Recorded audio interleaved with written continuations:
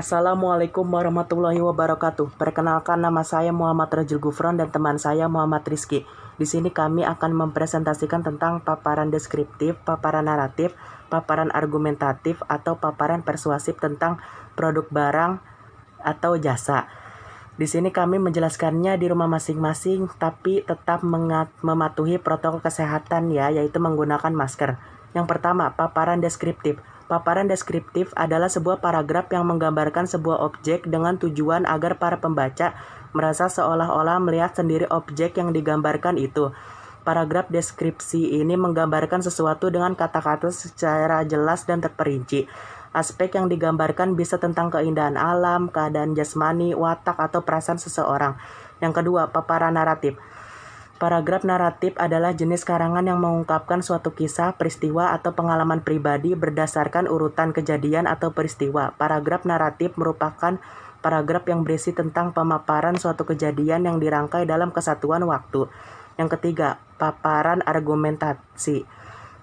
Paragraf argumentasi adalah sebuah paragraf yang gagasan utamanya dikembangkan dengan memaparkan pendapat, ulasan pokok, bahasan, dan ide pribadi penulisnya. Tujuan dari paragraf argumentasi yakni untuk meyakinkan serta mempengaruhi pembaca agar mempunyai pendapat yang sama dengan pendapat penulis. Yang keempat, paparan persuasif. Paparan persuasif adalah paragraf yang bertujuan untuk mempengaruhi, mengimbau, membujuk, atau merayu pembaca sehingga terpengaruh untuk mengikuti keinginan penulis. Paragraf persuasif merupakan sebagian dari macam-macam paragraf atau jenis-jenis paragraf. Selanjutnya akan dijelaskan oleh teman saya Muhammad Rizky. Perkenalkan, nama saya Muhammad Rizky dari 12 TKJ 3. Saya akan menjelaskan tentang paparan deskriptif, paparan naratif, argumentasi, dan persuasif tentang tujuh sistem motor. Yang tentang deskriptifnya, di masa modern tentang ini, setiap hari jalanan selalu dipenuhi berbagai macam kendaraan, khususnya motor. Jumlahnya terus meningkat nih dari waktu ke waktu. Sebagaimana bisa, sang pemilik tentu ingin motor tersebut selalu dalam kondisi bersih. Tapi sebagian di mereka tidak memiliki waktu atau nggak sibuk atau merasa malas cuci sendiri. Fakta ini merupakan kesempatan nih buat kita untuk membuka peluang usaha cuci motor atau kendaraan roda 2.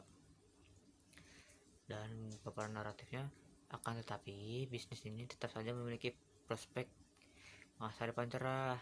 Seperti yang telah disebutkan di atas, jumlah pengguna motor terus bertambah, resikonya pun tergolong sangat minim. Perihal lokasi sendiri, apalagi jika belum tersedia modal untuk besar, bisa Anda rintis di rumah Anda sendiri. Selain lokasi atau lahan, kebutuhan lain yang perlu disiapkan adalah aneka macam, seperti hydraulic lift, tabung salju, kompresor, mesin air, selang, sampo, lap, dan lainnya.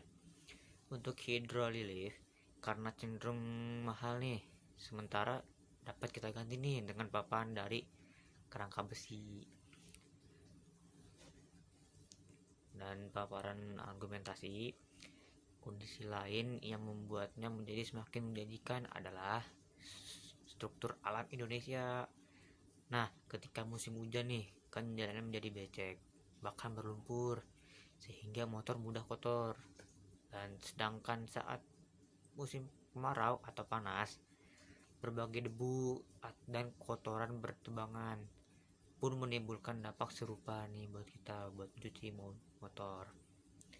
Selanjutnya, pada masa liburan, banyak orang khusus anak muda suka pergi berlibur dengan kendaraan bermotor nih karena dianggap lebih praktis dan murah.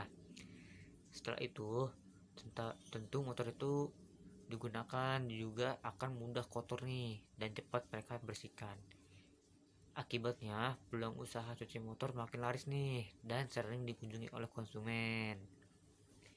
Dan paparan persuasifnya, mungkin kita dapat dari kita tidak menyadari nih jika peluang usaha cuci motor dapat digabungkan nih dengan bisnis kayak lainnya, semisal cuci helm. Nah, Sama dengan motor juga, setelah dipakai berulang kali, helm akan mudah kotor sehingga harus dicuci nih biar bersih, serta nyaman digunakan kembali buat kita. Bahkan aktivitasnya harus sering dilakukan. Kotoran tersebut tak cuma berasal dari debu, melainkan keringat yang muncul dari rambut kita atau kepala kita nih. Orang yang mau cuci motor secara garis besar akan tertarik mencuci helmnya nih buat bersih juga. Hal itu memungkinkan juga sebab lebih praktis dan tidak membuang waktu tenaga untuk pergi menuju tempat lain. Oke, sekian dari saya.